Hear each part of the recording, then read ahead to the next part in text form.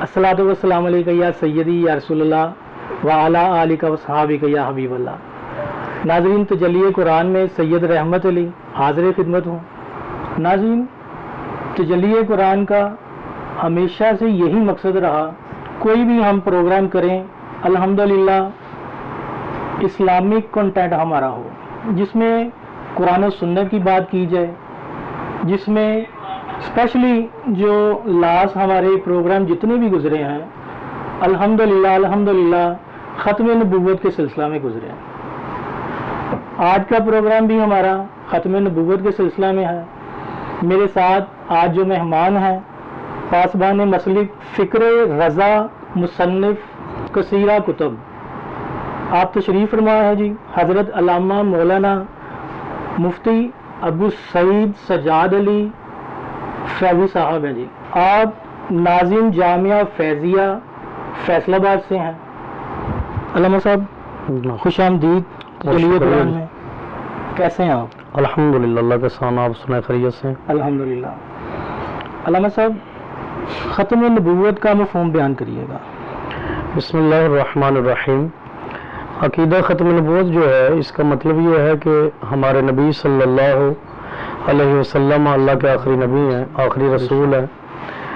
اب قیامت کی صبح تک نبی پاک صلی اللہ علیہ وسلم کی تشریف آوری کے بعد، آپ کی بعثت مبارکہ کے بعد کائنات کے اندر کوئی نبی پیدا نہیں ہو سکتا، کسی کو آپ کے بعد نبوت نہیں مل سکتی۔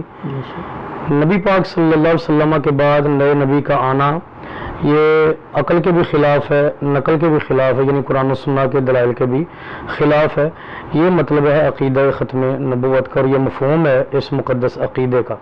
بے شک۔ علامہ صاحب نبی پاک صلی اللہ علیہ وآلہ وسلم کے زمانہ میں بہت سے جھوٹے دعوے دار بھی آئے، جیسے کہ مسلمہ کذاب تھا جی، اس کے بارے میں آقا صلی اللہ علیہ وآلہ وسلم کا کیا فرمان تھا، اور ان کے بعد آنے والوں جھوٹے دعوے داروں کے بارے میں کیا سرکار کا فرمان گزرا؟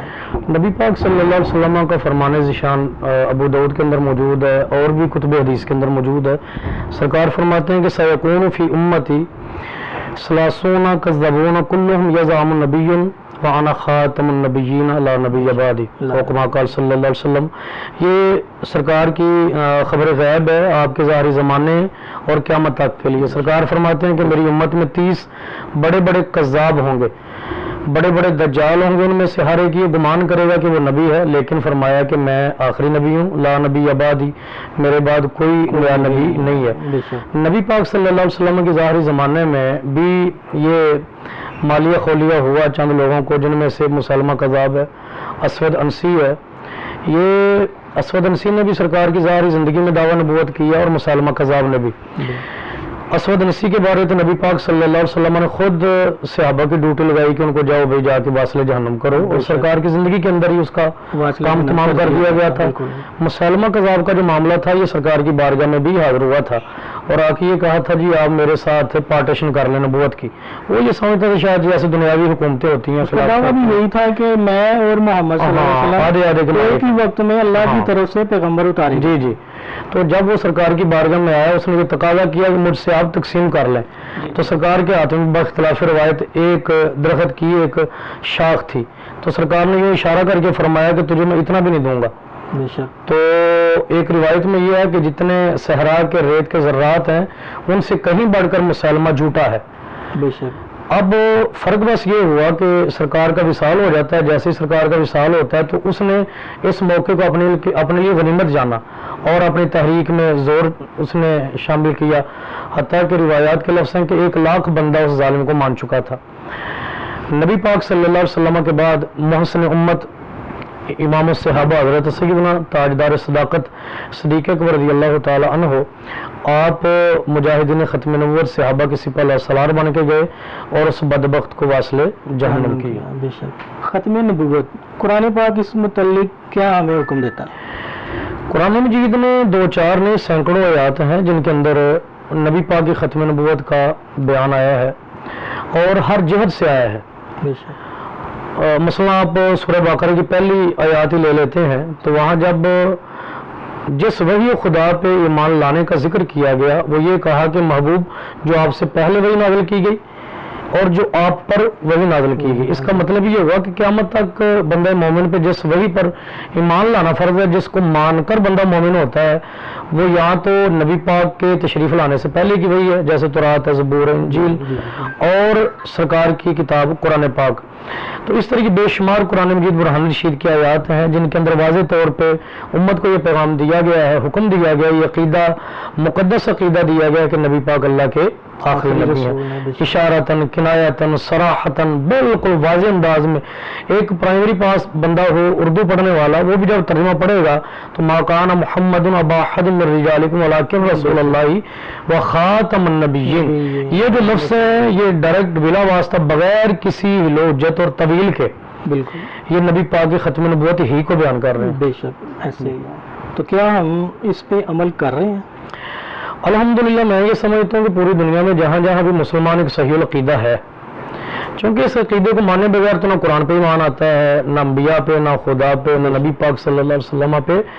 تو اللہ کا فضل ہے جہاں پر بھی پوری کائنات کے اندر صحیح العقیدہ مسلمان موجود ہیں وہ اس کو مانتے بھی ہیں، اس کی ترویج و اشاعت بھی کرتے ہیں. خاص کر کے ہماری تحریک فدائیان ختم نبوت عالمگیر ایک تحقیق جو ہے وہ تحریک ہے پورے پاکستان میں. اس کے پلیٹ فارم پہ تحریری طور پہ، تقریری طور پہ، تنظیمی طور پہ ورک ہوتا ہے الحمدللہ العظیم. تو اس پہ وہ جتنی اللہ توفیق دیتا ہے ہم کام کر رہے ہیں. لیکن جتنی تیزی سے یہ فتنہ قادیانی پھیل رہا ہے، بے شک ہم کام بھی اس پہ کر رہے ہیں، لیکن جتنی تیزی سے وہ پھیل رہا ہے ہم اس پہ قابو سمجھ آ رہی ہے کہ ہم اس پہ قابو ڈال رہے ہیں؟ جی الحمدللہ. اصل میں مسئلہ یہ ہے کہ تھوڑی توجہ کی ہم کو ضرورت ہے.